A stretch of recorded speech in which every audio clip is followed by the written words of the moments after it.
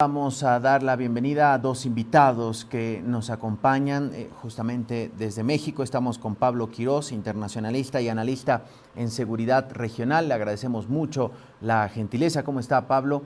Diego Montaño los saluda desde La Paz, Bolivia. Hola, ¿qué tal? ¿Cómo está Diego Montaño? Mucho gusto y también un saludo a todo su auditorio. Muchas gracias por atender nuestro requerimiento. También nos acompaña Cecilia Monzón, profesora universitaria, gestora cultural. Cecilia, ¿cómo está? Buenos días. Diego Montaño la saluda. Hola Diego, buenos días, mucho gusto. Igualmente. A ver, quisiera arrancar con Cecilia.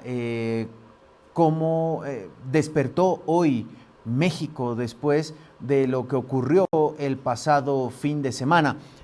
¿Cuál evaluación, diríamos, así de sensación de qué es lo que ve en la calle, Cecilia?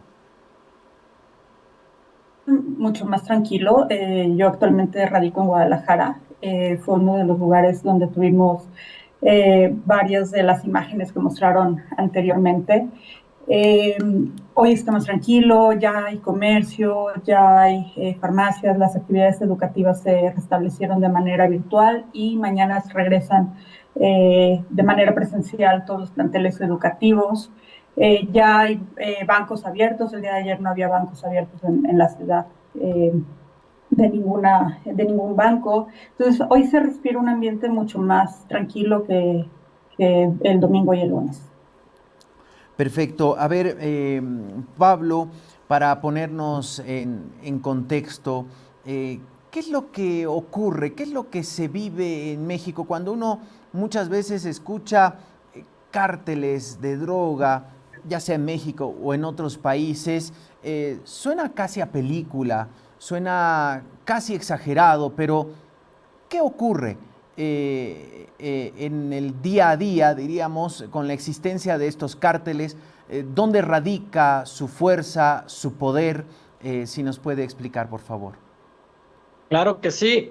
Primeramente hay que concentrarnos en el impacto social, en el impacto donde, lo tengo que decir honestamente, los mexicanos y mexicanas estamos viviendo en una forma de vida que, vamos, escuchar acerca de un ataque, una agresión del crimen organizado ya es el pan de cada día. Sin embargo, esto es atípico, es muy atípico. Vamos, desde el hecho en donde se da, que Tapalpa es un lugar turístico, aquí en Guadalajara y aquí en Jalisco, la gente tiene sus casas de fin de semana para tomar sus días de descanso allá, pero también afecta a un lugar como Puerto Vallarta y no se diga que además la propia capital del estado que es sede mundialista. Entonces, vamos, el impacto creo es lamentablemente para pues, las personas que también queremos a este país, es fuerte, es impactante, es a nivel internacional, es una nota bastante trascendental y que bueno, también demuestra que una operación muy distinta a lo que estábamos acostumbrados en años pasados de parte de las instituciones del gobierno federal. Cuando habla de operaciones, ¿quiere decir la operación militar del fin de semana pasado? ¿Hay una diferencia con el antecesor, Andrés Manuel López Obrador, que cambió, diríamos, esta lógica de combatir este crimen? Así es, y es que, seamos honestos, con la llegada de la segunda administración del presidente estadounidense Donald Trump, la presión sobre México ha sido constante. Vamos, se han dado ya desde el inicio de esta presidencia traslados que no necesariamente son, vamos, bajo este tratado típico de llevarse prisioneros, bueno, personas que tienen cargos en Estados Unidos, sino que ha sido, vamos, de una forma mucho más directa y que no ha contado con este tipo de procesos legales de acuerdos binacionales. Y vamos, llevábamos ya muchos meses donde México entregaba personas relacionadas al crimen organizado a los Estados Unidos, entregaba información muy importante también vinculando a personas del gremio empresarial y, ojo, del gremio político al crimen organizado. Una cosa muy importante acerca del Cártel Jalisco Nueva Generación, liderado por Nemesio Ceguera, es que su importancia y su grandeza también está relacionada al poderío financiero. Vamos, es una organización delictiva que ha aumentado su forma de atribuirse presupuesto, tanto de formas, pues, las típicas de un grupo organizado, que vamos, no voy a decir ahorita la gran lista que tienen de situaciones bastante de peligro para la ciudadanía, pero también con elementos de lavado que tiene que ver con empresas de todo tipo de giro, vamos, hasta propios centros turísticos o u hoteles y, bueno, centros también de entretenimiento. Cecilia, a partir de este operativo, usted nos decía que está en Guadalajara, uno de los estados que fue víctima de esta, diríamos, esta respuesta por parte de los miembros del cártel Jalisco Nueva Generación.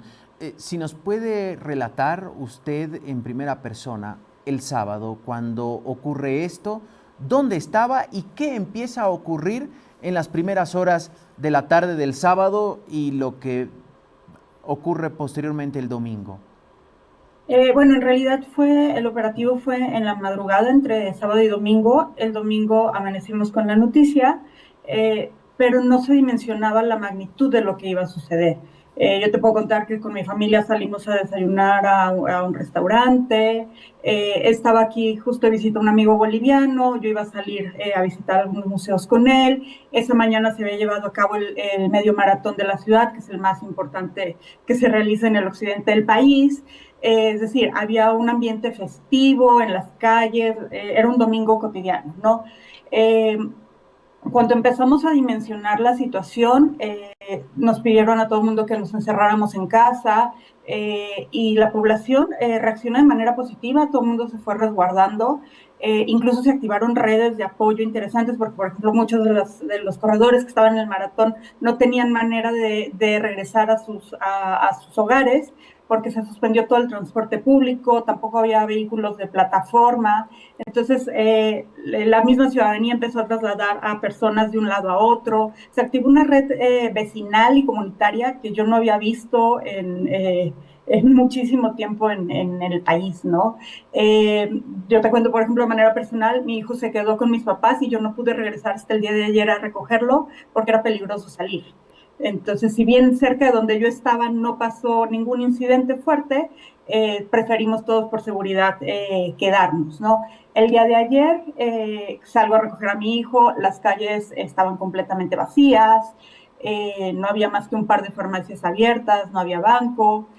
Me tocó justo ir al aeropuerto a llevar al amigo boliviano que estaba aquí en casa y el camino era desierto, nos tocó ver algunos vehículos incendiados de la noche anterior, pero que todavía no habían sido retirados. Toda la flotilla de taxis del aeropuerto estaban resguardadas, entonces las llegadas y salidas del aeropuerto eran caóticas, solamente 2 aerolíneas operando, y bueno, ayer sí se sentía un ambiente sumamente tenso, porque además no había comercio, muchas de las personas hacemos mercado el fin de semana y pues no pudimos hacerlo, entonces la gente estaba buscando cómo obtener víveres, es decir, fue una situación completamente atípica, como mencionó Pablo hace un momento.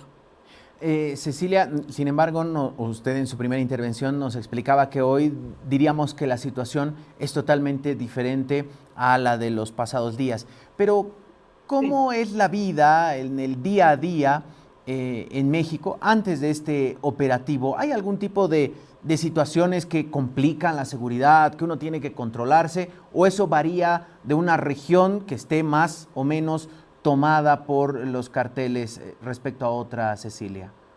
Varía de una región a otra. Yo te puedo decir que aquí en Guadalajara la vida es en general muy tranquila. Es la segunda ciudad más grande de México.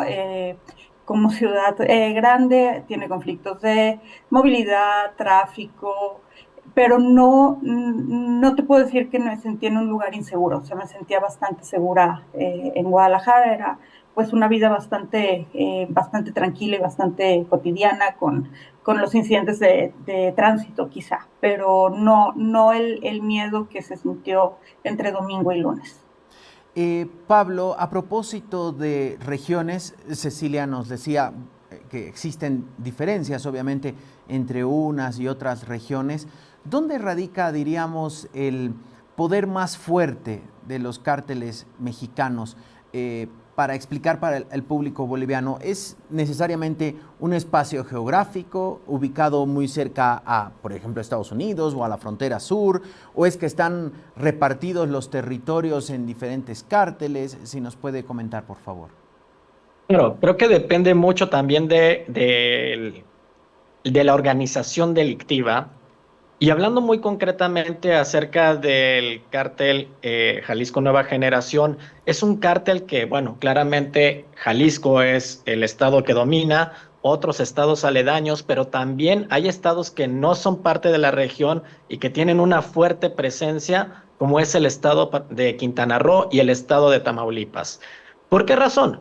Porque justamente el flujo financiero que opera esta organización criminal eh, es, es de una gran importancia para ellos en el tema presupuestal, en todo lo que se maneja dentro de toda una red y además de las alianzas que tiene.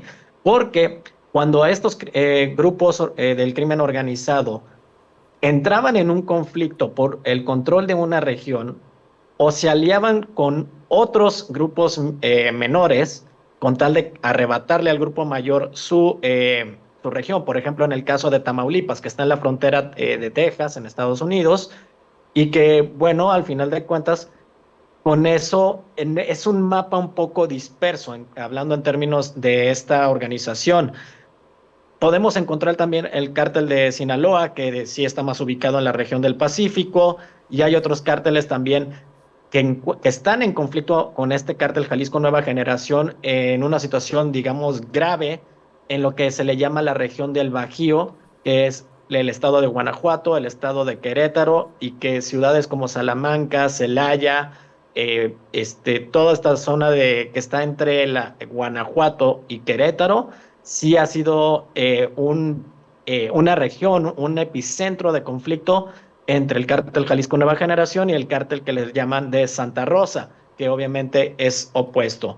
Pero, insisto, no es necesario que, bueno, yo creo que el cártel Jalisco de hecho rompe el molde de toda la expansión que tiene independientemente que esté junto o no al estado de Jalisco. También por el control de la propia Ciudad de México. Hay que recordar que en el año del 2020 el actual secretario de Seguridad Ciudadana, Omar García Harfuch, el cártel Jalisco Nueva Generación fue directo contra él en un atentado que, pues, la verdad salió, no salió ileso, pero sí hoy día, pues, vive este secretario, esta persona que en ese momento era el encargado de la seguridad de la propia Ciudad de México. Pablo, actualmente, ¿cuántos cárteles operan en México? Es una gran cantidad, no necesariamente estamos hablando de 5 o 10, por lo mismo que te comento y le comento a la audiencia. Muchos grupos, podemos hablar casi entre 80 a 100 grupos, obviamente ya etiquetados por la inteligencia de las instituciones mexicanas, pero también de las instituciones estadounidenses. Pueden existir células, pero estas células tienen asociación con una organización mayor, vamos, que las cobija y que se vuelve de cierta manera el factor de decir, bueno, o te alías o te va a ir mal. Además de que, bueno, justamente las redes no nada más son en México, eh, hay presencia de este cártel Jalisco Nueva Generación con Ecuador, con justamente la situación tan grave que ha vivido el país ecuatoriano durante los últimos 2 años y que tiene que ver precisamente con el factor de cárteles mexicanos involucrados con el crimen organizado también extra fronteras. Gracias, Pablo. Cecilia, hoy se vuelve a una relativa normalidad, por lo menos en Guadalajara, donde usted reside. Usted es profesora universitaria. ¿Se suspendieron también las clases en las universidades o están en una etapa de receso? ¿Cómo se está manejando el tema este de la educación? ¿Se habilitó la educación virtual o qué es lo que está ocurriendo? Se habilitó la educación virtual en la universidad en la cual yo trabajo y en algunas otras se habilita la educación virtual. En algunas se suspendió el día de ayer, pero paulatinamente han comenzado a tener actividades de manera virtual. Se espera que el día de mañana ya se regrese a la normalidad y a la presencialidad. Sí, hoy se respira una tensa calma, es decir, no se, la gente tiene que salir a sus trabajos, se reanuda el comercio, pero no se siente un ambiente todavía normal, se siente tenso. El tema en cualquier, en cualquier reunión, chat, es justamente lo que vivimos estos pasados días, ¿no? Es una tensa calma en la cual estamos actualmente. ¿Cómo usted recibió estas declaraciones de la presidenta Claudia Sheinbaum que llama a la calma? ¿Qué dice la gente con la que usted conversa? ¿Sienten algún tipo de tranquilidad o realmente, como usted dice, están diríamos, al límite ante cualquier situación medio sospechosa o peligrosa, se encienden las alertas? Yo creería que sí se encienden las alertas, es decir, probablemente en algunos otros espacios, en algunas otras regiones, la situación está más tranquila. Hoy en día todavía no hay salidas de autobuses hacia ciertas regiones. En esta madrugada, en algunos pueblos aledaños a Guadalajara, todavía hubo incendio de vehículos.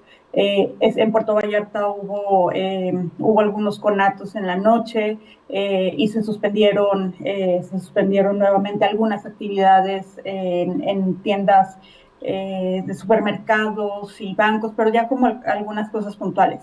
En Guadalajara prácticamente está al 100%, aunque el tráfico está bastante reducido. Pero yo creo que la gente, por lo menos aquí en esta región, en Guadalajara, sí todavía nos sentimos bastante alertas ante lo que pueda ocurrir.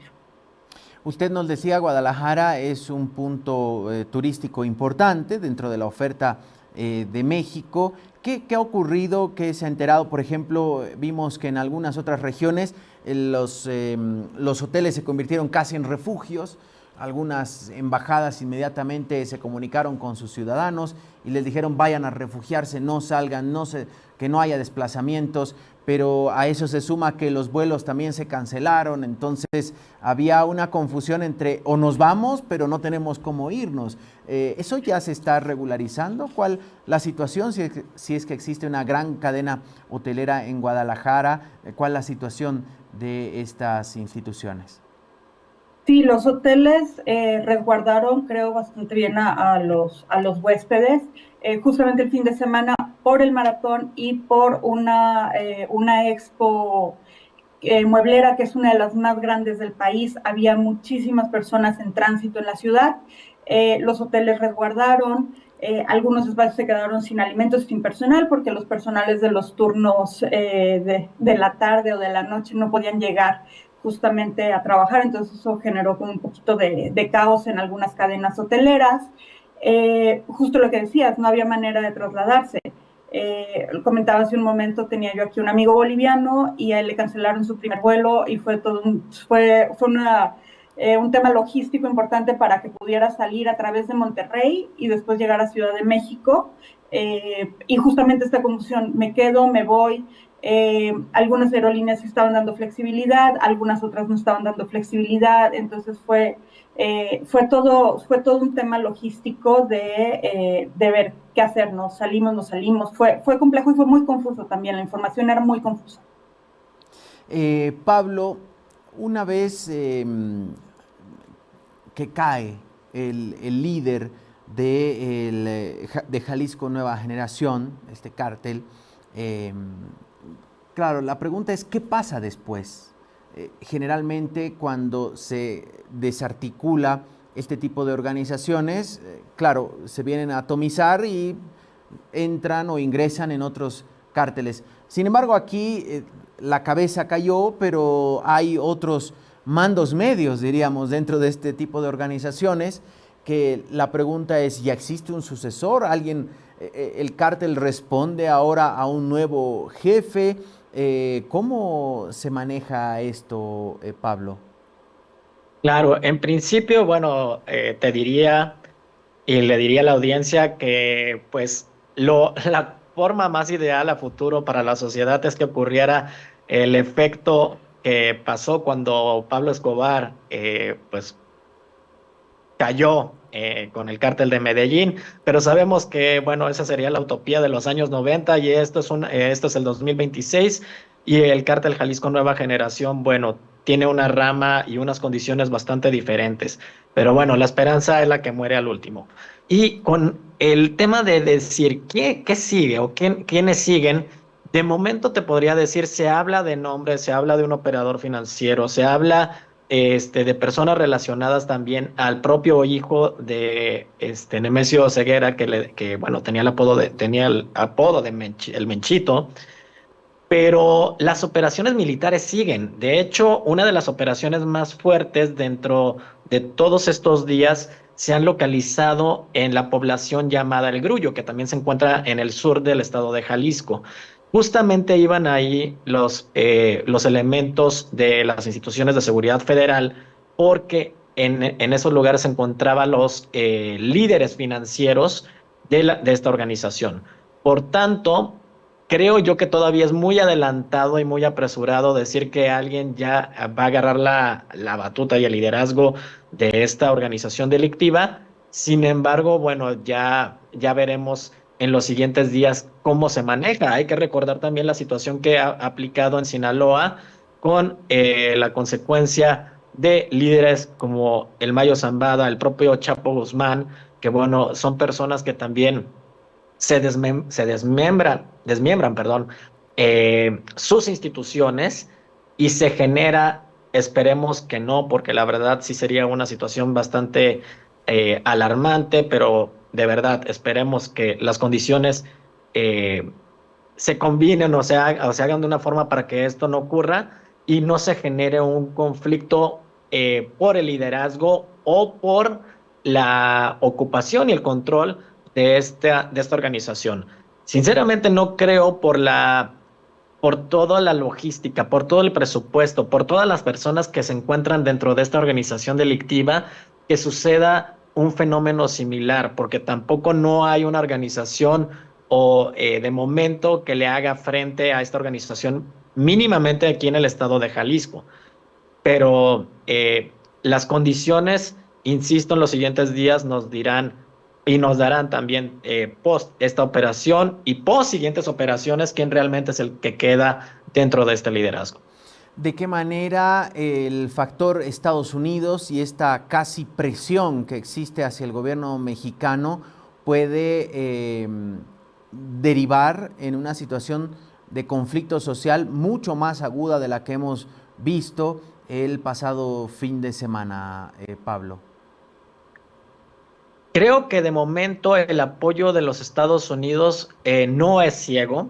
¿Por qué? Porque también Estados Unidos tiene muchos intereses, no únicamente económicos aquí en México, sino también tiene intereses donde sus propios ciudadanos viven en este país. Por tanto, no es opción crear o generar una situación más beligerante, más peligrosa en el propio país vecino del sur y se van a buscar formas de minimizar la respuesta de los grupos del crimen organizado a lo largo y ancho del país, pero la presión slash apoyo de parte de las instituciones estadounidenses para el gobierno mexicano sí se mantendrá y el gobierno mexicano mantendrá también la narrativa de decir la soberanía se cuidó, la soberanía se respetó y de todas maneras hemos recibido apoyo de inteligencia y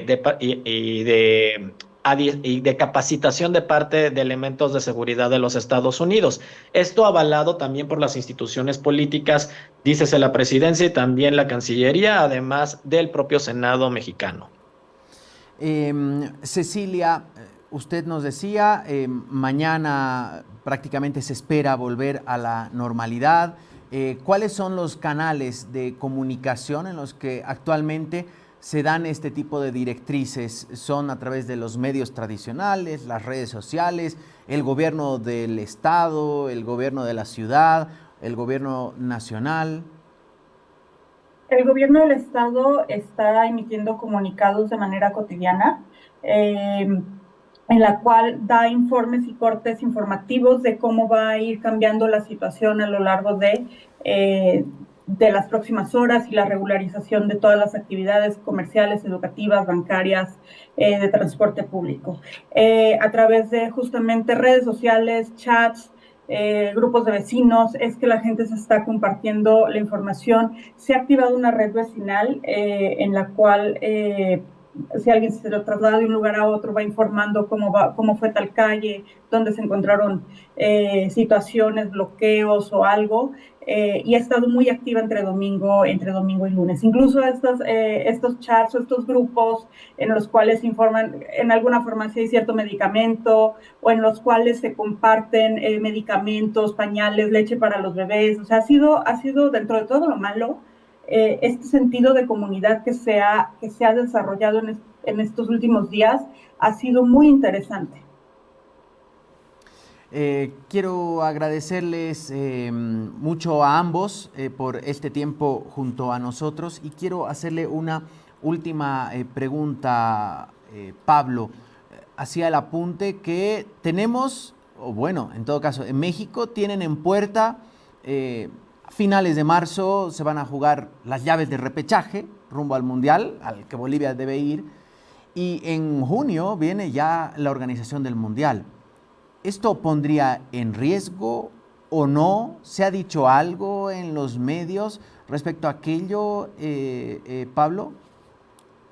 Por el momento las cosas se mantienen en pie y creo que también deben de continuar de esta manera.